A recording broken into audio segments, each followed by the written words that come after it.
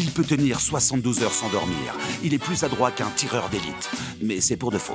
Il vit encore chez ses parents, mais non, il n'est pas puceau. Il gagne beaucoup d'argent grâce aux jeux vidéo, mais en IMO, il est zéro. Pour être proprio, c'est Bruno.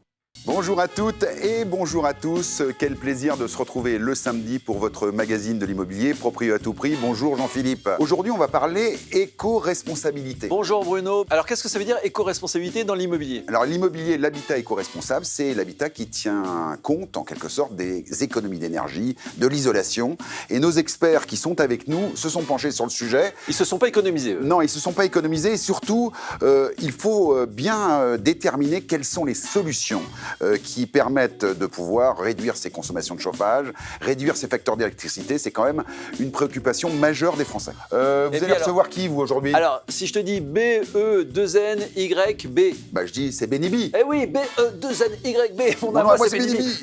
Je le fais avant qu'il arrive, hein, parce que sinon c'est ridicule. Ouais. Voilà, on va savoir ce qu'est devenu cet artiste des années 90. Bah, il est on en le pleine connaît bourre, tous. là, en ce moment, il est en pleine bourre, ouais. Exactement. Et puis, on va aussi lui parler immobilier, lui qui vient de Belgique. Exactement. Voilà. Bon, c'est le moment de rentrer dans le vif du sujet. Nos experts sont prêts. On y va.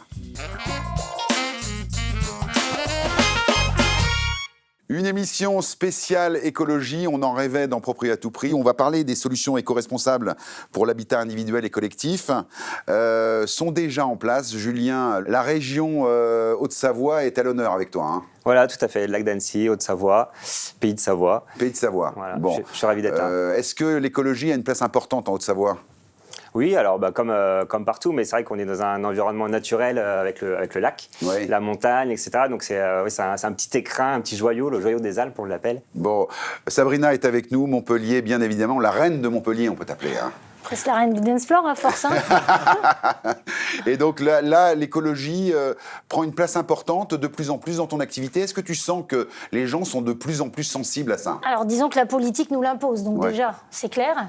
Et nous, dans une ville où il fait plus chaud, on est un peu moins impacté sur le côté chauffage. Bon, alors justement, une transition toute trouvée avec Jean-Marie. On est dans le Nord. On est dans le Nord, tout à fait. Alors le Nord, là, effectivement, je rappelle qu'on a une petite action solidaire avec le burger de Proprio à tout prix qui a été créé avec Sandy. C'est ça, on a mangé combien depuis Je ne vais pas le dire, après ça va se voir, mais comme c'est que des produits du coin, forcément, c'est très bon. Et Dorothée, à Nantes.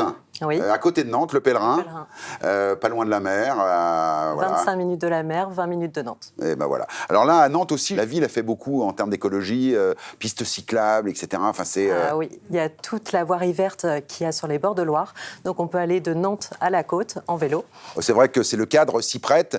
Et pour terminer ce bataillon d'experts, Olivier, notre notaire attitré, le one-man show notarial.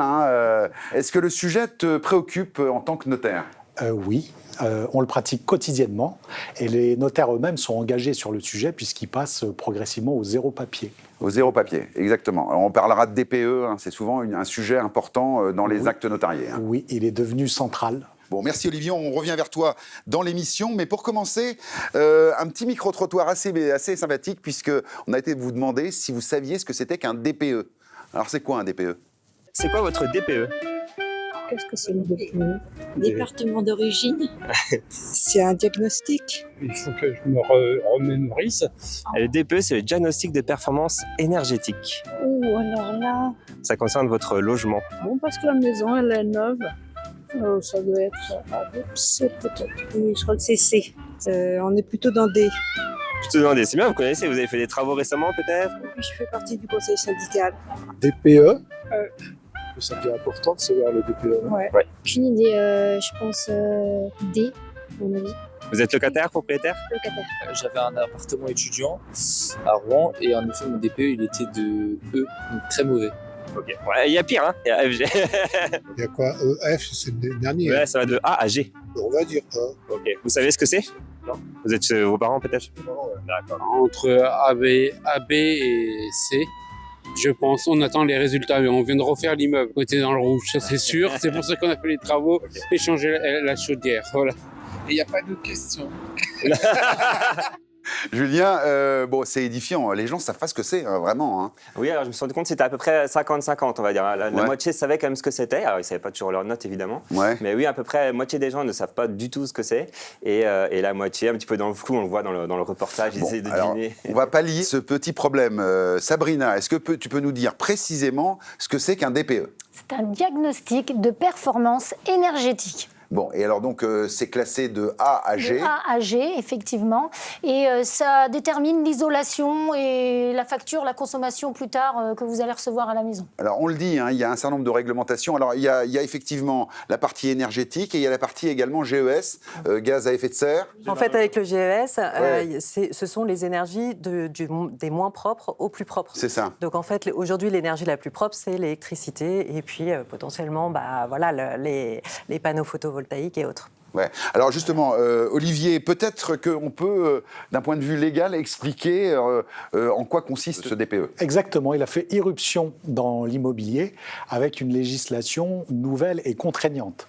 C'est-à-dire que dans le cadre des locations ou des ventes, on a l'obligation de donner une information fiable à son acheteur ou à son locataire sur la notation de A jusqu'à G sur le logement en question. D'accord. Et un logement noté G est quelque part malade de sa performance énergétique puisque ça le rend inlouable. C'est ça, et c'est ce que l'on appelle les passoires énergétiques. Exactement. Alors c'est quelles lettres les passoires énergétiques? Actuellement, c'est G.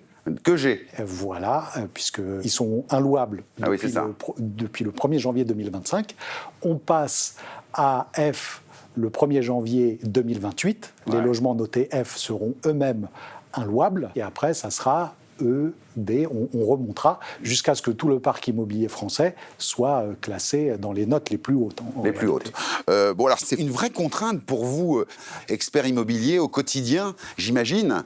Jean-Marie, est-ce que les logements frappés de lettres faibles, comme G par exemple, ont des décotes importantes? Et de quelle nature? Ils ont des décotes importantes parce que forcément, il y a beaucoup de travaux à faire dessus. Et j'ai tendance à croire qu'il y en a qui essayent au plus vite de s'en débarrasser. Quoi. Julien a été voir Simon Gillot, qui est chef de projet en rénovation énergétique. C'est intéressant de savoir comment, quand vous avez, vous, un logement en passoire énergétique, comment faire pour le rénover? On regarde. Aujourd'hui, c'est vrai qu'on peut avoir tendance à se dire que les bâtiments qui seront les plus efficaces sont des bâtiments neufs. Or, on se rend compte que le fait de démolir un bâtiment existant et de le reconstruire va consommer 2 fois à 3 fois plus de carbone que si on réhabilitait le bâtiment initial. Il y a plusieurs leviers pour rendre un bâtiment plus écologique. Donc peu importe l'énergie qu'il va utiliser, que ce soit de l'électricité, du fioul ou du gaz, lorsqu'on va améliorer son enveloppe ou ses systèmes, on va de fait améliorer sa consommation. On a un deuxième levier par rapport à l'amélioration du bâtiment, ce qu'on va appeler la décarbonation. C'est-à-dire qu'on va changer son énergie, par exemple de production de chauffage, de production d'eau chaude sanitaire, pour justement des énergies décarbonées. Donc ça peut être des énergies renouvelables, production avec du bois, donc on va appeler la biomasse, ou on va avoir aussi des productions électriques mais thermodynamiques avec de la géothermie, des pompes à chaleur RO, ce type de système. Et un troisième levier, ça va être l'utilisation de matériaux biosourcés lors du chantier. C'est-à-dire qu'on va plutôt choisir des matériaux qui vont avoir une faible empreinte carbone directement sur le chantier ou même dans l'utilisation des matériaux. Au niveau des fenêtres, on va plutôt utiliser des matériaux type bois plutôt que PVC. Au même niveau de l'isolation, plutôt de la fibre de bois par exemple, plutôt que du polystyrène. Voilà, on y voit plus clair, Julien, merci. Il a été très précis. Alors on voit les énergies nouvelles, la biomasse, il y a beaucoup de solutions en fait. Il y a énormément de solutions, le spectre est très large. Et c'est ce que j'aime bien aussi avec Simon, c'est qu'en fait il a une vision très, très globale de la chose. C'est pas juste on va mettre de l'isolation, il y a vraiment tous les aspects, énergétique, isolation. Et même donc, quand il parle de coût carbone, c'est un coût sur tout le cycle de vie de la construction. Et c'est ça. Sur plusieurs dizaines d'années. Donc c'est pas juste la construction, c'est pas juste la consommation. Il le dit, ça coûte plus cher finalement de démolir et de reconstruire en A que de rénover le parc existant. Et ça, c'est une bonne nouvelle pour les propriétaires, Dorothée.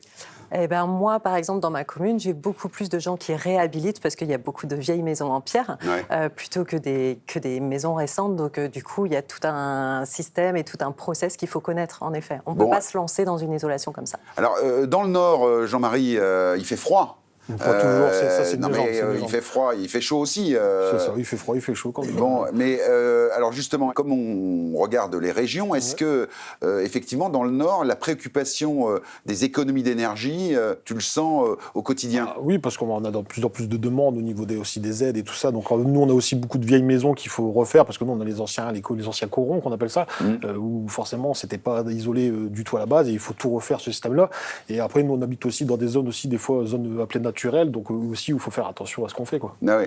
Alors justement, à Montpellier, alors il fait chaud là à Montpellier. Alors voilà, nous on a un autre concept, c'est qu'on voit arriver les toits végétaux. Ah oui, c'est ça. Donc ça, effectivement, c'est écologique, mais on cherche à réduire la chaleur, nous. C'est ça, c'est l'inverse. Un petit peu différent. Qu'est-ce qui coûte aussi beaucoup d'énergie? Coûte aussi cher. La climatisation. Bah oui, la climatisation et pour la pollution également, quoi. Voilà. Alors quand le logement est bien isolé, ça marche dans les deux sens finalement. C'est-à-dire qu'on garde la chaleur l'hiver et on conserve du froid, du frais l'été.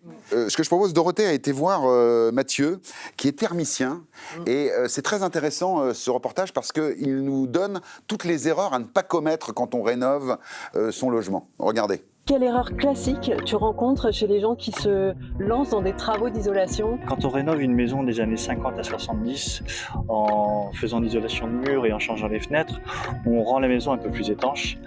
Et donc si on ne traite pas la ventilation, on aura des apparitions de moisissures qui pourront nuire à la santé des habitants et détériorer le bâti. La deuxième, ce serait de remplacer son système de chauffage dans une maison qui n'est pas isolée.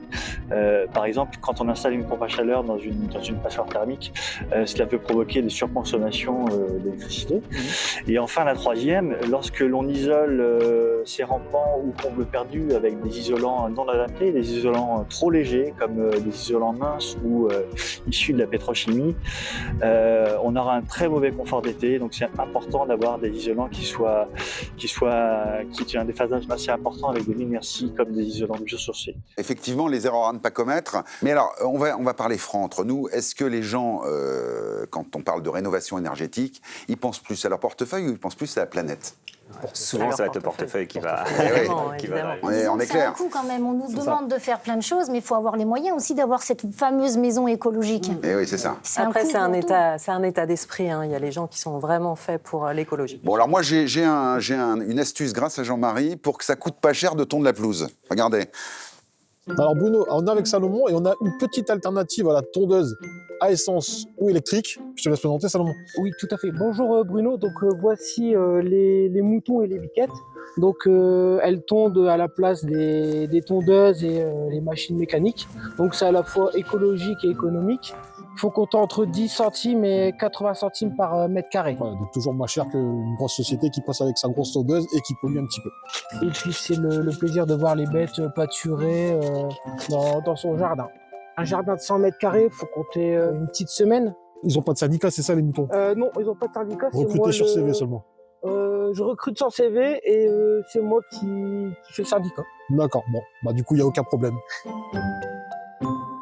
Bon, la biquette, c'est la biquette, hein? C'est ça, la biguette, la maguette. La baguette et la biquette. Bon, c'est effectivement pour l'anecdote, mais, c'est une vraie solution. Oui, c'est une vraie solution parce que par chez nous, en fait, il est très très présent et en fait, on le voit des fois autour des ronds-points, sur les grosses sociétés qui ont un grand parc vert à côté d'eux, il est souvent là. Bon, pour terminer cette partie, j'aimerais, Julien, tu as été interviewé quelqu'un d'éco-responsable, c'est Florent, et il nous raconte un peu son parcours en tant que consommateur pour être éco-responsable dans son logement. Ici, on est dans un appartement d'un vieil immeuble qui date des années 50. On a acheté un appartement qui était déjà rénové. Donc, on est plutôt sur des actions du quotidien que sur du structurel. Le fait d'habiter en appartement, c'est pas la motivation écologique est pas l'unique, mais en tout cas, ça en fait partie. Moi, ma femme, aujourd'hui, elle n'a pas le permis. Moi, j'ai le permis, mais on a pris la décision il y a quelques mois d'arrêter d'avoir une voiture. On fait quasiment tous nos déplacements en vélo, parce qu'on est au centre-ville d'Annecy, parce que ça nous le permet. Une maison sur Annecy, ça vaut très cher pour avoir l'équivalent de confort qu'on a dans l'appartement. Donc, c'est pas simplement se décaler de 10 km, c'est peut-être se décaler de 20, ou j'ai des amis qui sont décalés de 30-40 km, qui font 45 minutes de voiture. Ça rejoint une conscience écologique à un deuxième niveau, c'est que il faut beaucoup moins chauffer dans un appartement que dans une maison. Nous, l'important, c'est de faire un peu bouger les choses, d'être conscient quand on fait quelque chose de moyen, que c'est moyen. Il y a 1000 solutions qui existent, il y a plein de choses que nous, on ne fait pas, il y a plein de choses qu'on pourrait faire mieux. Et l'important, c'est juste d'essayer de faire un petit peu. Vous étiez mauvaise langue. Vous voyez, il y a des gens, investi, là, hein. des gens qui sont investis, Julien. Effectivement, on voit quand même dans les générations, les trentenaires, même les quadrans, une vraie différence maintenant. Hein. Oui, tout à fait. Maintenant, c'est dans les consciences. Effectivement, il y a l'éducation aussi à l'école, etc. Maintenant pour les jeunes. Et l'habitat écologique, c'est vrai que c'est pas que de l'isolation et un mode de chauffage, c'est aussi comment un mode de vie. Oui, exactement. Où est-ce qu'on est par rapport à notre lieu de travail? Est-ce qu'on va prendre la voiture, le vélo? Donc c'est vraiment global. Pour terminer, un petit récap, mais on l'attendait, on vous l'a dit en début d'émission. Benny B est avec nous aujourd'hui pour nous faire des petites confidences. Son grand retour. Vous connaissez Benny B? Oui. C'est typique années 90. Vous êtes fou? Bah oui. Ah voilà, c'est ça, c'est parti. Allez, c'est à toi Jean-Philippe. Aujourd'hui, en France, plus de 75% des constructions neuves intègrent des énergies de chauffage renouvelables. Malgré l'importance de l'urgence écologique, seulement entre 7 et 9 000 maisons de ce type sont construites chaque année en France. Les principaux freins sont leur coût d'investissement et la complexité de leur conception. Pour atteindre ses objectifs climatiques, la France doit encore rénover plus de 400 000 maisons et 200 000 logements collectifs d'ici 2030.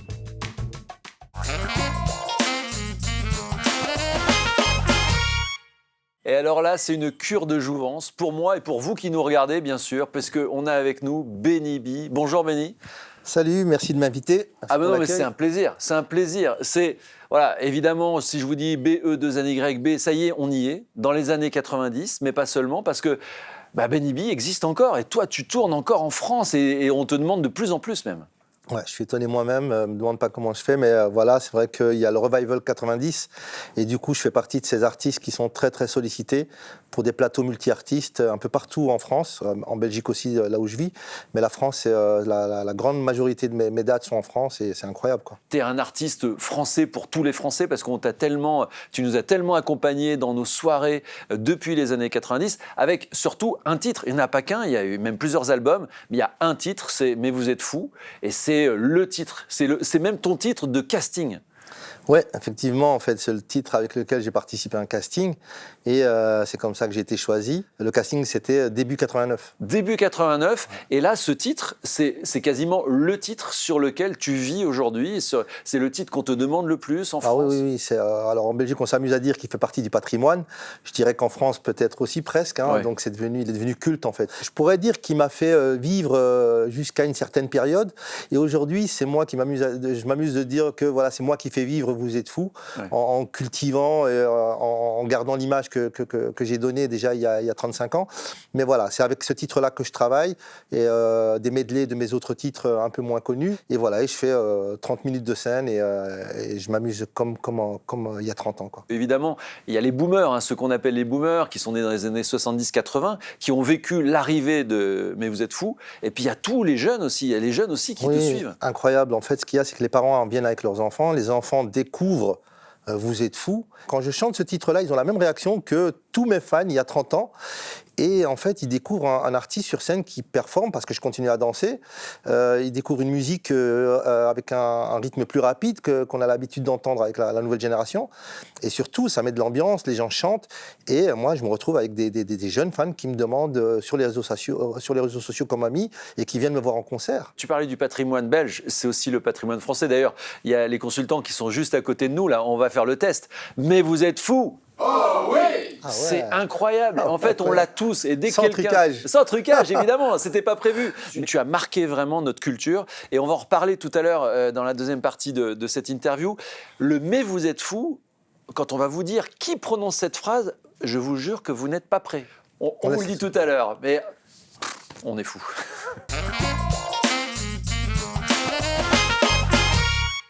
Deuxième partie de l'émission avec 4 nouveaux experts qui ont bien travaillé sur le sujet de l'écologie. Ils sont écologiques, nos experts, en fait. À 200%. À 200%, hein. Laurent? Tout pareil, écologique. Tout pareil. À 200%. Laurent, le deuxième Laurent. Ah bah ouais, le deuxième Laurent. Vous venez pareil, en couple tout le 200. temps, vous. La semaine dernière, c'était pareil. Je peux plus me passer de Strasbourg, c'est exceptionnel. Et Julien avec nous, le lac d'Annecy, bien évidemment.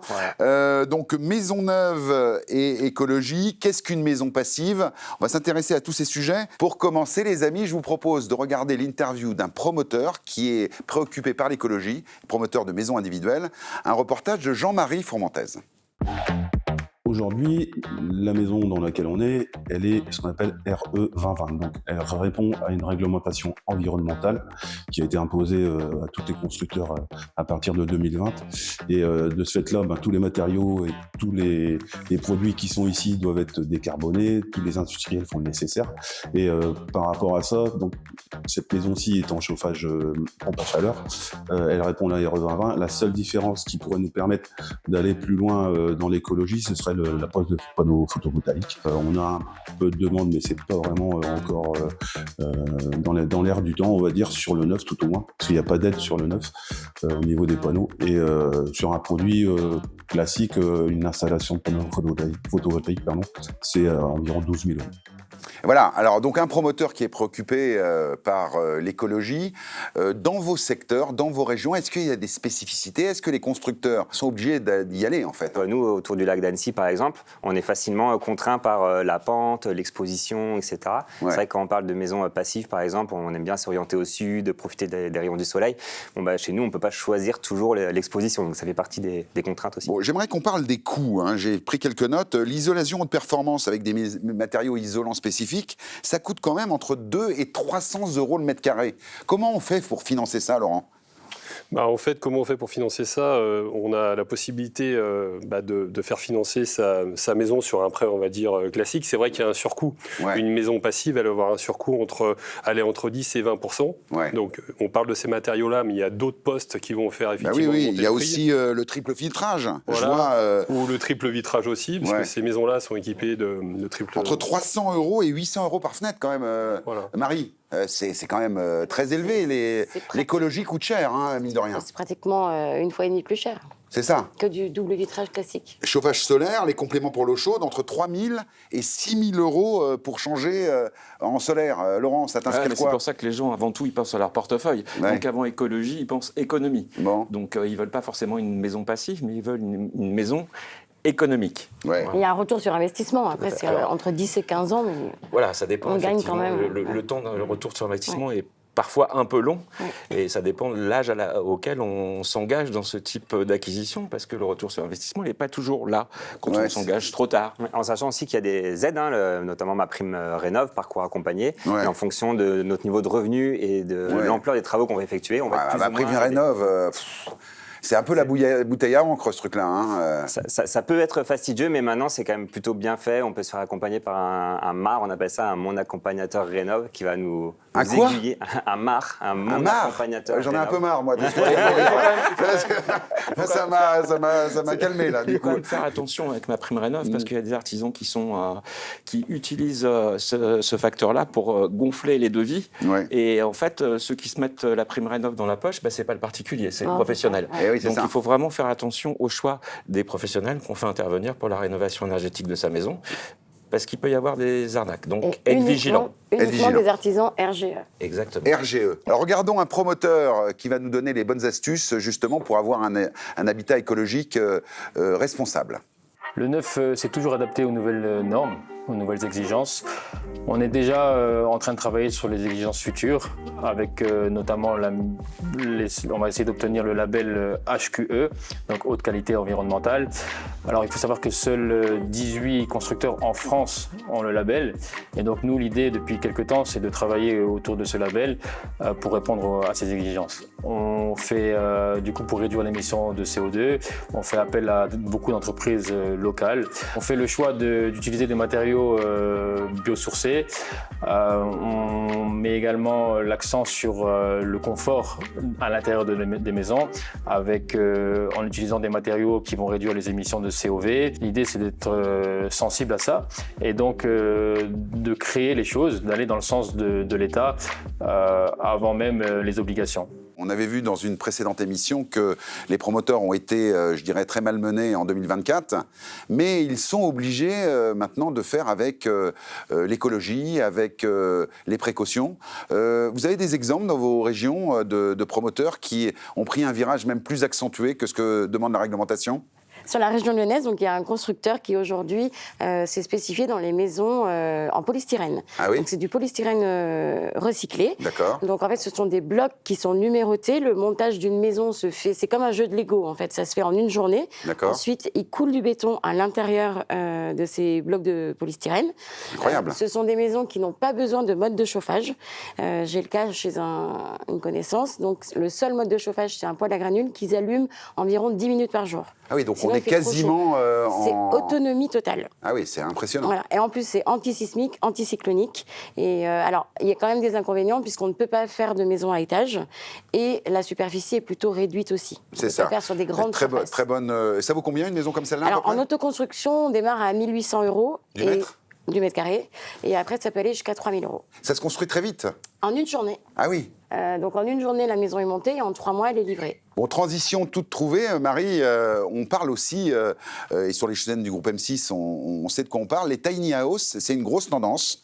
Tu as été voir des gens qui connaissent un peu le sujet, Julien, dans ta région. On regarde ce qu'ils nous disent sur l'habitat écologique façon tiny house. Est-ce que vous pouvez m'expliquer en quoi les tiny house rendent l'habitat écologique?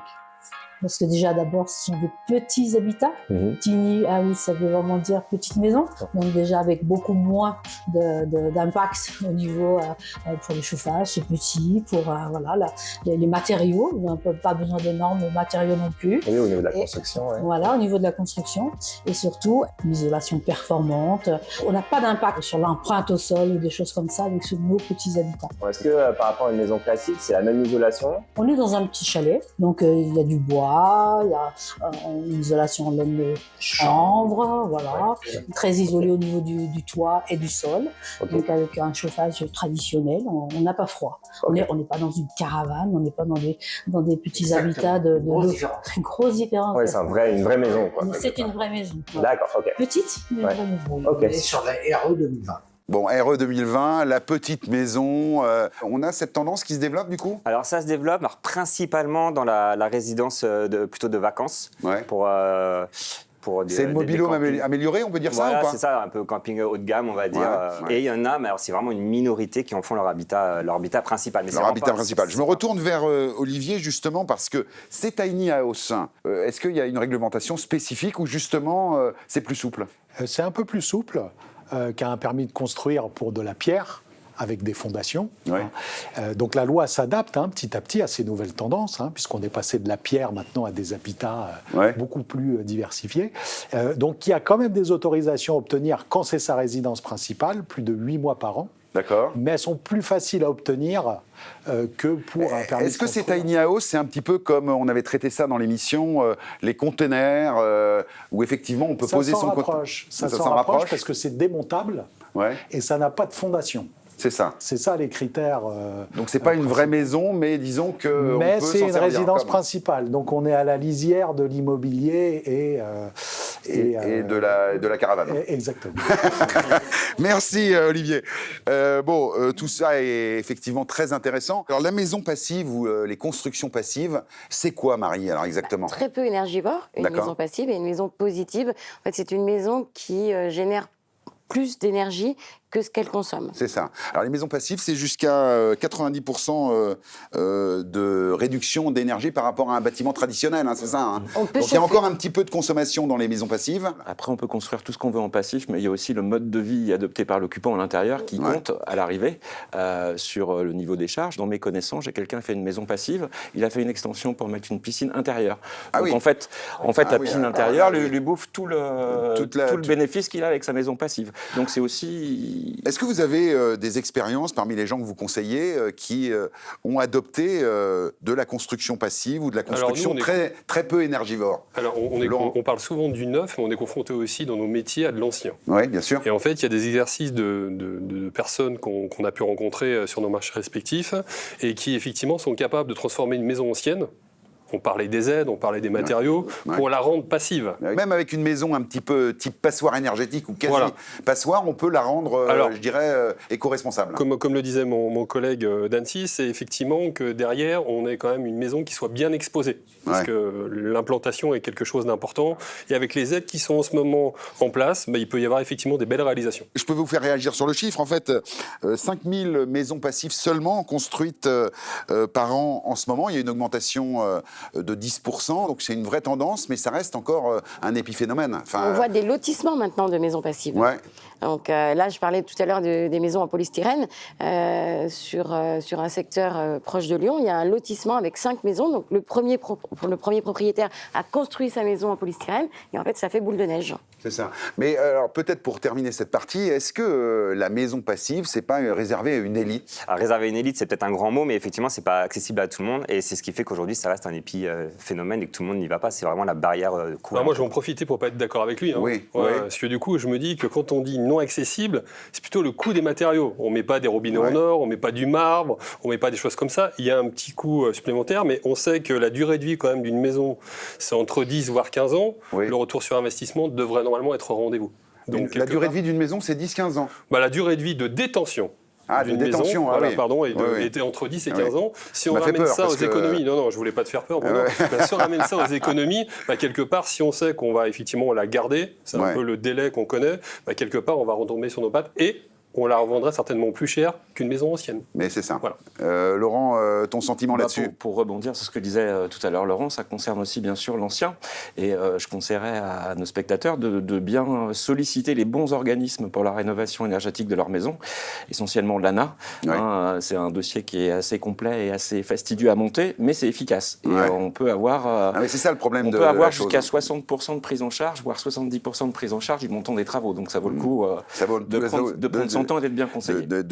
De s'y pencher. Marie? Ce sont des maisons qui sont très recherchées. Donc un propriétaire aujourd'hui à la revente, il n'est pas perdant. Il n'est pas perdant. Bon, on a vu à peu près ce que c'était qu'une maison passive et qu'est-ce que c'est que l'écologie. Est-ce que sur les actes notariés, Olivier, que tu vois passer dans ton étude, mais également de manière plus globale au niveau national, les maisons, je dirais, éco-responsables sont de plus en plus importantes, ou les maisons passives c'est pas encore un phénomène massif, pour être très honnête, mais on voit que ça grandit quand même, puisque les clients nous en parlent de plus en plus.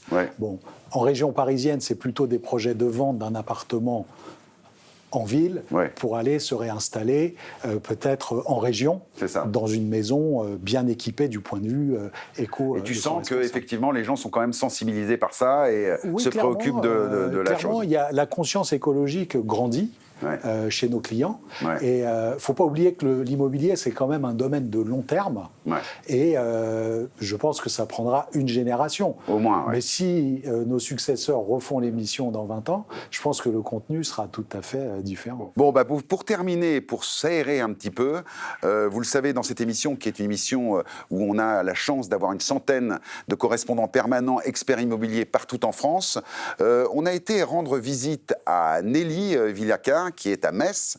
On a fait une petite visite de la ville, c'est un peu notre échappée belle. Regardez, juste avant, un petit récap quand même pour se mettre les idées en place. Une maison passive peut réduire jusqu'à 90% la consommation énergétique par rapport à une maison classique. Le retour sur investissement se situe entre 10 et 15 ans selon les équipements installés et les aides perçues. L'inconvénient majeur est le coût initial de la construction. Isolation supérieure, système de ventilation sophistiqué et matériaux de haute qualité peuvent faire grimper la facture de 5 à 15%.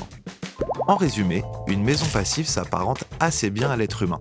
Une maison mieux protégée, mieux isolée, qui retient la chaleur, c'est un peu comme mettre un pull et un manteau pendant l'hiver.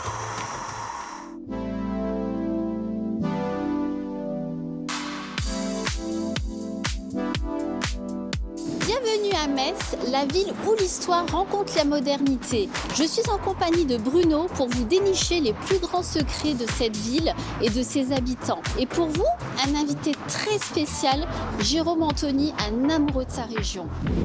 Ah bah voilà, magnifique. Salut Bruno, ça va? Ça va? Tu m'emmènes? Ouais, allez. C'est parti, viens.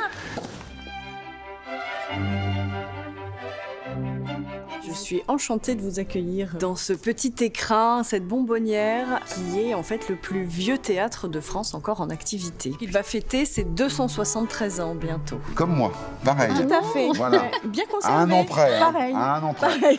Ce théâtre, il est magique en fait. Hein. C'est un type architectural dite à l'italienne. D'accord. Qui est une forme qui était très utilisée au XVIe siècle et qui a perduré dans le temps. Nous produisons nos propres spectacles, opéras, ballets et pièces de théâtre. Et nous produisons également des spectacles jeunes publics. Ah, bah ça c'est pour moi.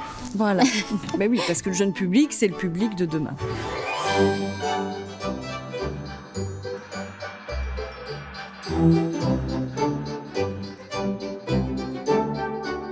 Salut, comment vas-tu? Ça va toi? Jérôme, est-ce que vous connaissez la recette ancestrale de Metz? Bien sûr, la saucisse de Strasbourg. Ben oui, c'est ça. Il suffit de me poser une question, tu sais ce que donne la réponse. Le fameux pâté lorrain. Ah là là, mais non, mais attends, mais non, mais... Mais trop simple. Ah mais oui. On a une institution qui nous reçoit, un food truck, apéro et dégustation lorraine. Allez, c'est parti. Jérôme, toi qui es fin gourmet. Non, je suis pas fin gourmet, mais je suis fin gourmand en tout cas. Et le pâté lorrain, moi je te le dis, voilà, je mange ça à 4 heures comme on mange un petit pain. Moi je vais manger un pâté lorrain. Ils sont hyper beaux tes pâtés, ils sont magnifiques. Ça se goûte ça, hein? Ça se goûte tout de suite ou maintenant? Oui. Tout de suite ou maintenant? Non, c'est comme tu veux. Tu me dis, là, on est obligé. Jacques, c'est plus l'heure de blaguer là. C'est l'heure d'aller manger. Allez, c'est parti.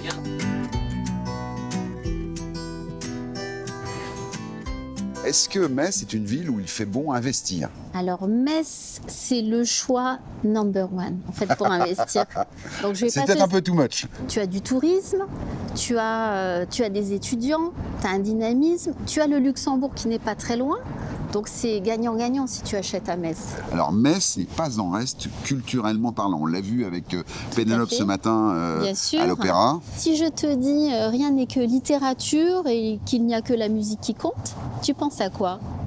C'est bien la pire peine de ne savoir pourquoi, sans amour et sans haine, mon cœur a tant de peine. Magnifique. Verlaine, bien évidemment, c'est ça. Exact. Bravo Bruno. Alors, il a vécu ici alors? Il a vécu et d'ailleurs, je t'emmène avec moi, on va voir chez lui.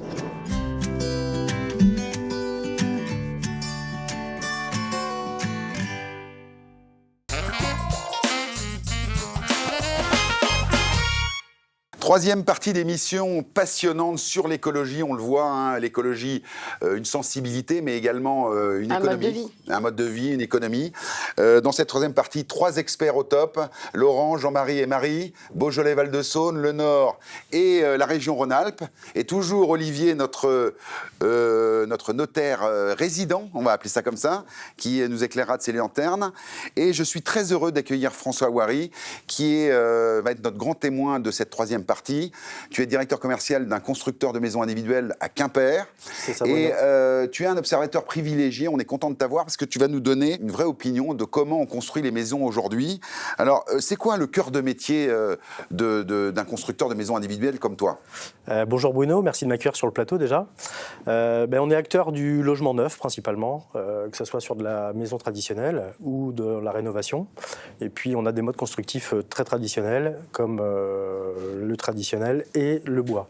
Et le bois. Donc on intervient aussi sur des particularités comme le B2B avec des usages professionnels. D'accord. Alors, quelles sont les innovations qu'un constructeur comme toi peut mettre en œuvre en termes de matériaux ou de techniques de construction?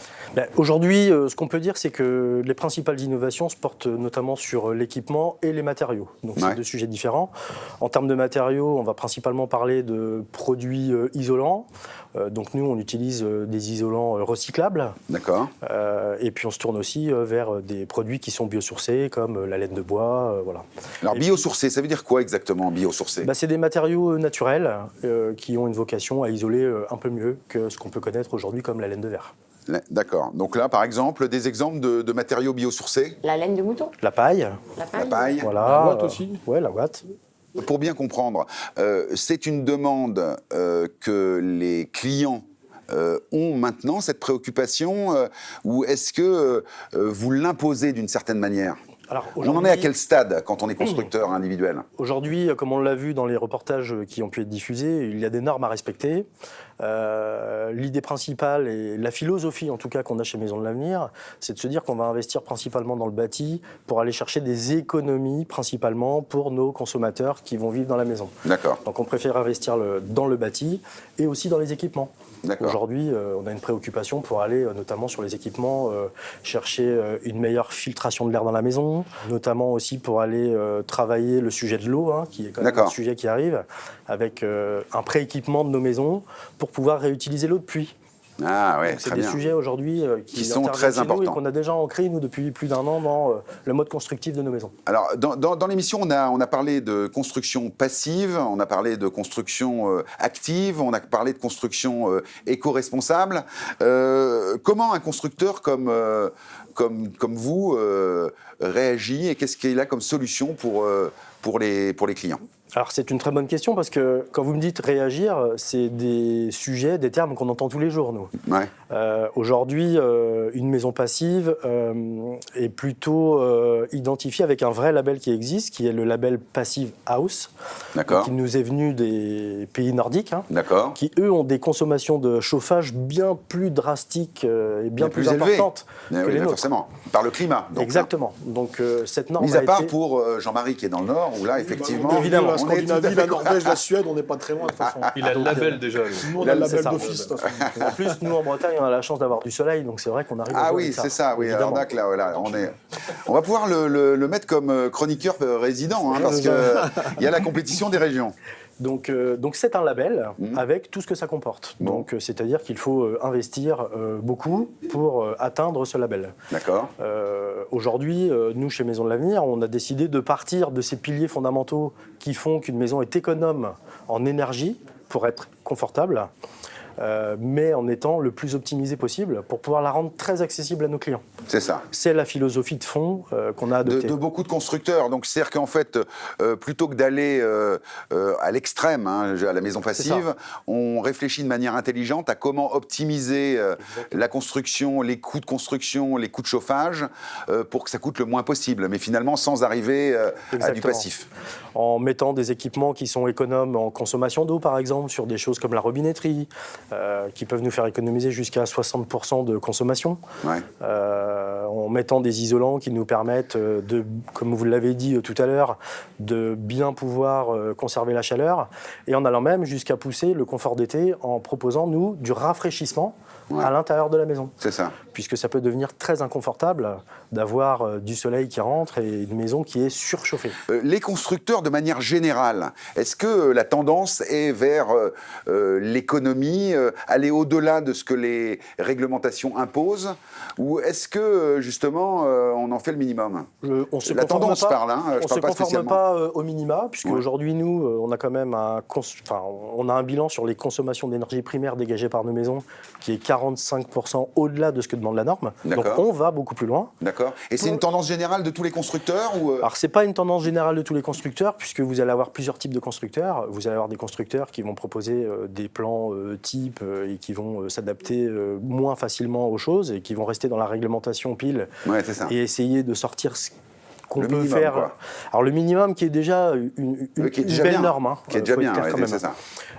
Et puis des constructeurs qui vont s'adapter à ça. Donc une des principales innovations aussi autour de ça, et de la maison sur mesure, ce qu'on fait, c'est aussi d'aller faire des maisons bioclimatiques, de bien s'adapter au terrain, d'aller chercher des solutions naturelles, l'exposition de nos baies vitrées au sud. Enfin voilà, il y a un vrai travail de conception aussi dans l'innovation. Avec des petites choses comme la réflexion sur l'exposition. C'est vrai qu'il y a 20 ans, il y a 30 ans, on disait les maisons exposées nord-sud, on s'en foutait un peu. Ça a un vrai impact maintenant, Laurent. Oui, tout à fait. Et puis, comme tu le disais, François, c'est de pouvoir aussi installer des éléments comme des BSO, parce que c'est bien le soleil, ça rentre l'été, ça peut être bien, mais c'est pas forcément agréable. Donc on a des systèmes d'options qui sont proposés ou directement intégrés, ou des planchers réfrigérants ou chauffants. Donc c'est plus, en tout cas, ton métier.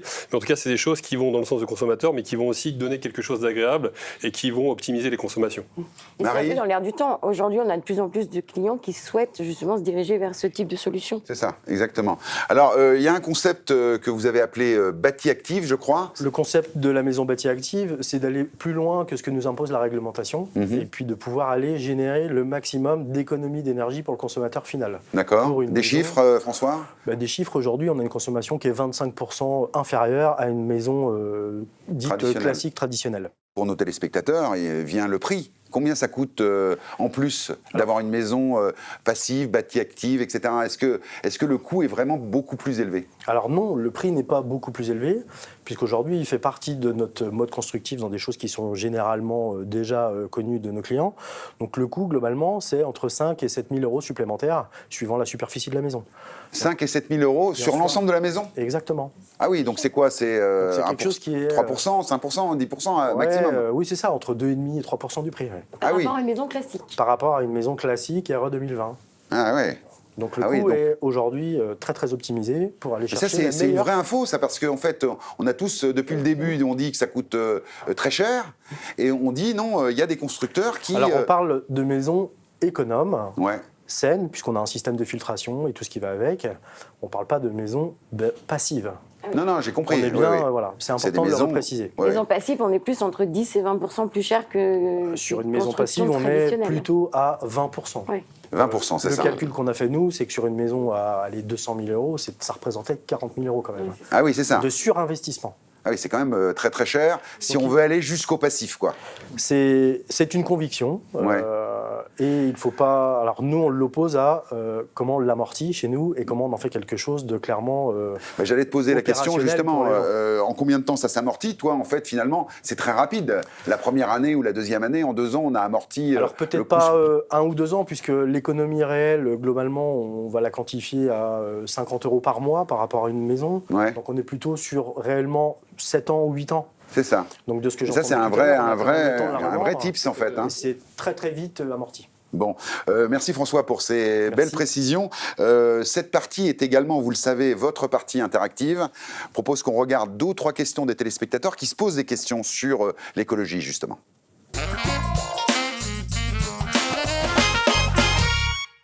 Bonjour, je m'appelle Aïla de Paris. Je voulais savoir, les toitures végétalisées sont-elles adaptées pour les maisons anciennes ? Les toitures végétalisées. Alors, on avait tout à l'heure Laurent de Strasbourg qui nous disait que les toits végétalisés sur les constructions, c'était un peu une tannée. Alors, sur les constructions, oui, mais là, on parle de rénovation, sur des maisons existantes. Donc déjà, il faut avoir un toit plat et il faut bien faire vérifier que la structure puisse supporter un toit végétalisé. C'est quoi un toit végétalisé ? C'est-à-dire qu'on fait quoi ? On met de la terre sur le toit ? Voilà, c'est ça. Vous mettez surtout des plantes légères, parce qu'il y a une question de structure. Donc, il faut faire un professionnel quand il y a de l'existant. Donc, effectivement, il faut mettre quelque chose qui ne soit pas trop lourd. Donc, la structure, c'est important pour connaître le support. Ça va permettre, l'avantage aussi, ça va permettre une isolation mieux que ce que ça l'est, en tout cas actuellement. Il faut compter, parce qu'on est là aussi pour donner des précisions. Si vous avez un toit ou une partie de toit qui fait 30 mètres carrés, il faut compter à peu près 100 euros du mètre carré. Voilà, sous couvert professionnel. Mais en tout cas, ça peut redonner un coût. Ça donne un coût de 3 000 euros pour revégétaliser son toit, mieux l'isoler. C'est pas un coût trop énorme. En tout cas, il faut bien faire attention. Est-ce que ça prend ? Les plantes, elles prennent sur un toit comme ça ? Oui, et par contre, il faut faire attention aussi. C'est pas ce que disait Laurent. Il me disait que, justement, sur les constructions, les syndics, ils s'arrachaient les cheveux. Je ne sais pas si vous confirmez ça. C'est l'entretien. C'est l'entretien.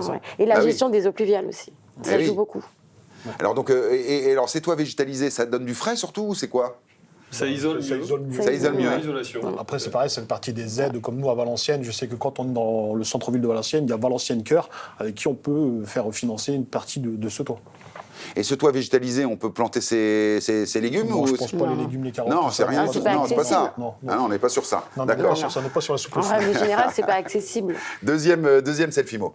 Bonjour, Florent. J'ai ma maman qui habite Bordeaux. Elle se questionne si les panneaux solaires sont vraiment rentables en 2025. Alors voilà, les panneaux solaires, ça c'est la bouteille à encre. Tout le monde se dit, l'énergie du soleil, c'est gratuit. mais finalement, les rendements qu'on a avec les panneaux solaires, il faut avoir un stade de foot pour que ça soit en surface pour pouvoir. Pas rentable de suite, quoi. C'est sûr. Hein, c'est ça, ou c'est pas? rentable Je me dans trompe, la ou longueur, pas? quoi. Sur une quinzaine Tu te d'années. trompes un peu quand même. Bah Parce oui, que non, mais tout le je monde n'a fais pas un exprès de stade me de foot tromper, sur son toit. Donc on va parler plutôt de panneaux photovoltaïques. Bon, ça va permettre de récolter quelque part de l'énergie pour pouvoir chauffer sa maison. Il faut, à mon sens, pouvoir la stocker aussi. Donc il y a un petit surcoût pour pouvoir la stocker. Et puis à partir de là, on se retrouve avec une maison neutre ou positive. Le surcoût, c'est quand même, vous l'avez dit, entre 10 et 15 000 euros. Et ça, c'est la réalité. Donc pour l'amortir, il faut un petit peu de temps. Mais aujourd'hui, est-ce que la technologie est au point pour équiper en totalité une maison avec juste la surface du toit? C'est pas exactement le cas encore, si? Alors on essaye toujours de trouver des surfaces pour aller mettre les panneaux, si on veut le faire. Et puis on calibre et on dit tout de suite au consommateur final si c'est possible ou pas, et dans quel degré on est capable d'aller mettre des panneaux pour répondre favorablement à sa demande. D'accord. Donc ça s'étudie. Et après, il faut savoir aussi, c'est que quand on fait des constructions neuves, tout ça, il n'y a pas d'aide. Ça s'intègre dès l'entrée. Il n'y a pas d'aide. C'est sur ça. intégré à la L'aide est construction. seulement sur les rénovations et pas sur les constructions. Pour répondre précisément à la question du téléspectateur, alors est-ce que c'est un bon conseil d'installer des panneaux solaires sur le long terme? Sur le long terme, ouais. Le conseil le plus basique, c'est dans quelle région est-on, quoi. Ah oui. Du coup, ça va dépendre un petit peu de la luminosité. On va revenir au nord. De Bordeaux, est-ce que Bordeaux est suffisamment exposé? Tu es de l'Ouest, c'est peut-être une question. Si on est à Montpellier, je pense que la luminosité, le soleil sera présent. À Bordeaux, je ne sais pas, je ne connais pas forcément la région, donc c'est peut-être à étudier. Voilà, en fonction du soleil. Bon. Tu te contenteras de cette réponse-là. Non, mais c'est surtout, faut voir ça dépend du temps. C'est surtout sur le long terme qu'il faut voir. C'est une étude précise. Non, après, Bruno, on peut apporter une précision, c'est la durée de vie des panneaux solaires. Voilà, ça peut aller, attention, ça peut aller jusqu'à 30 ans. Ouais, c'est ça, j'allais dire entre 25 et 30 ans. Bon, très bien, mais vous êtes fou un peu, vous, quand même. Oui. Vous êtes fou ou pas? Oui. Ah oui, vous êtes fou? Oui. Bon, alors c'est Benibi, vous l'avez compris, c'est notre invité du samedi. Jean-Philippe est déjà avec Benibi pour la deuxième partie de l'interview. Vous êtes impatient de le voir? Tout à fait. Et vous êtes fou? Oui. Allez, on y va.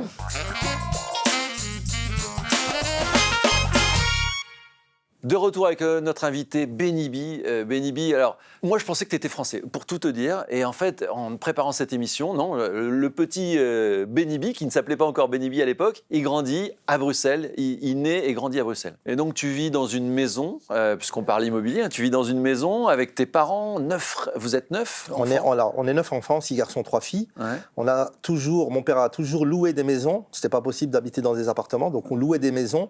Mon père n'a jamais voulu acheter en Belgique parce qu'il pensait toujours qu'il allait retourner au Maroc. Et la dernière maison avant qu'arrive mon succès, ça a été cette maison à Molenbeek. Alors on était 2-3 par chambre, donc les grands frères étaient dans leur chambre. Je profitais toujours quand ils sortaient pour aller travailler. Moi, j'allais toujours dans leur chambre en cachette et j'allais piquer leur vinyle et j'écoutais tout ce qu'ils écoutaient, quoi. Mes frères, en fait, avec le recul, je les voyais un peu comme les Jackson 5. Mes frères, ils avaient les cheveux afro, ils avaient les chemises ouvertes, les chaînes. C'était un peu un symbole pour moi. C'est la maison du bonheur, même s'il n'y a pas beaucoup d'argent, il n'y a que ton père qui travaille, et tu te fais une promesse.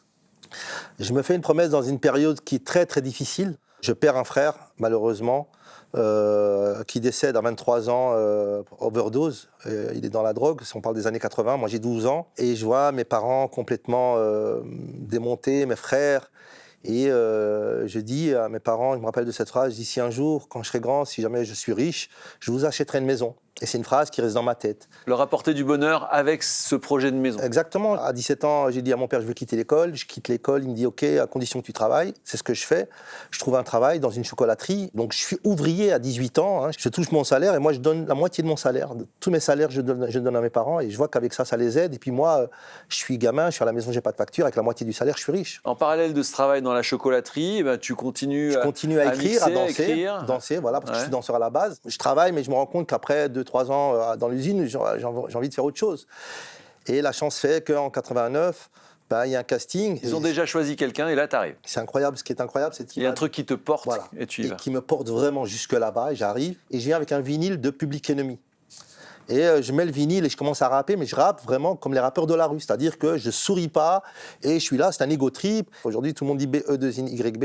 Et en fait, le deuxième couplet, c'est « Merde, quand je vois dans la rue tous ces jeunes qui hier ». Et en fait, mon rap commençait par ce couplet-là. Ils écoutent plusieurs fois et puis ils viennent me dire « Écoute, il y a 2 conditions, est-ce que tu es prêt à à être un peu moins dur, à être tout. Et surtout, est-ce que tu es prêt à ce qu'on utilise une autre musique que Public Enemy qui ne nous appartient pas? Est-ce que tu es prêt à ce qu'on...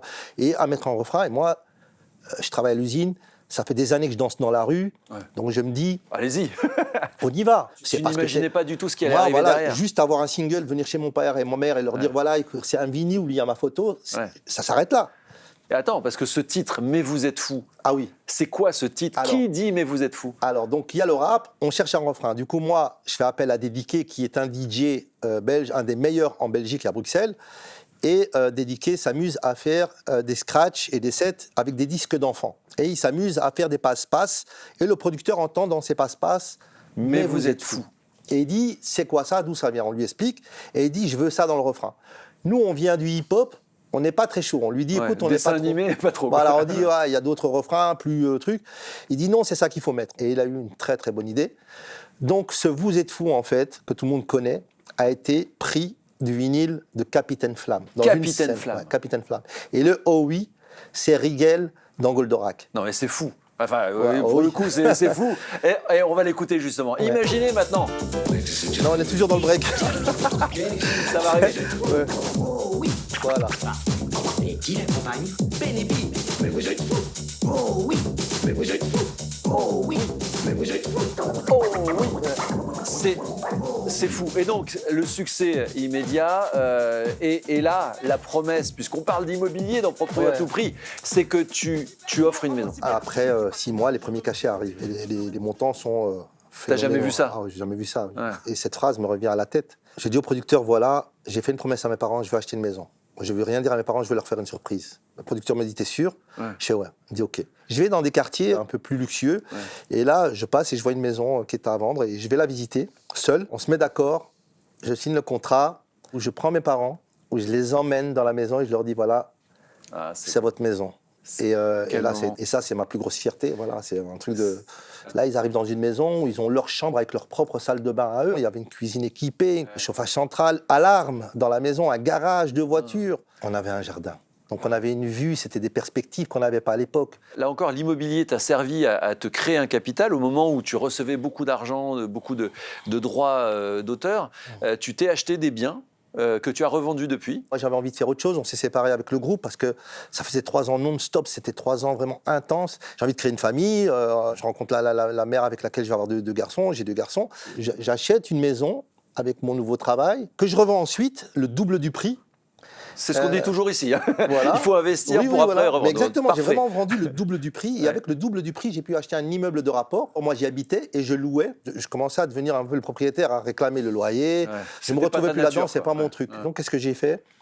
J'ai divisé l'immeuble en 3 et au lieu de vendre l'immeuble en une seule pièce, j'ai vendu appartement par appartement. Ça, c'est l'astuce de Bédibi.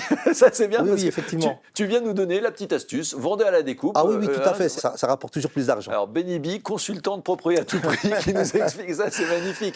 Et donc, tu as tout revendu. Alors, j'ai revendu. Pourquoi? Parce que je suis parti vivre... j'ai quitté la Belgique pour vivre 2 ans à Nîmes. À Nîmes, et ça, on ne le sait pas. Oui. Tu as vécu à Nîmes. J'ai vécu 2 ans à Nîmes. C'était magnifique parce que je découvre une vie dans le sud de la France, alors que moi, je viens du Nord, où il fait froid, le Nord. Puis, jusqu'à un moment donné où je commence à me lasser. Et du coup, je me dis, je vais partir. Je quitte Nîmes et j'y vais à Marrakech. Pareil, pour un même cycle de 2-3 ans. 2 ans. 2 ans. J'ai vécu à Marrakech et je me rends compte qu'après 1 an et demi, je ne suis plus très bien non plus. Alors je retourne à Bruxelles. Je retourne en Belgique. Ça tombe bien parce que quand je retourne à Belgique, je signe un très très gros contrat, la tournée Star 80. Donc depuis 2011 jusqu'à aujourd'hui, 14 ans que je vis de la scène. Et donc c'est là que je me suis rendu compte qu'en fait, ma base, ça resterait Bruxelles. Merci beaucoup, Bénévi. Merci d'être venu. Évidemment, plaisir. On continue à te suivre sur tes dates. On continue à t'écouter, évidemment. Moi, je vais faire écouter d'ailleurs à mes enfants le « Mais vous êtes fou, oh oui ». Parce que moi qui dis toujours « Ne me réponds pas », là, en fait, on répond. Il y a un côté un peu subversif. Oui, je crois que c'est ça qui marche aussi. Parce que les enfants d'aujourd'hui savent ce qu'ils font. Après, voilà, faut pas exagérer, c'est dans l'extrême. Mais il faut faire confiance à ses enfants. Il faut les laisser un peu libres. S'ils sont fous, on les laisse être fous. Surtout s'ils sont fous. Merci beaucoup. Bénibi, BE2NYB, était dans Propriété à tout prix aujourd'hui. Merci, vraiment, c'était une interview top. Avec plaisir. Merci.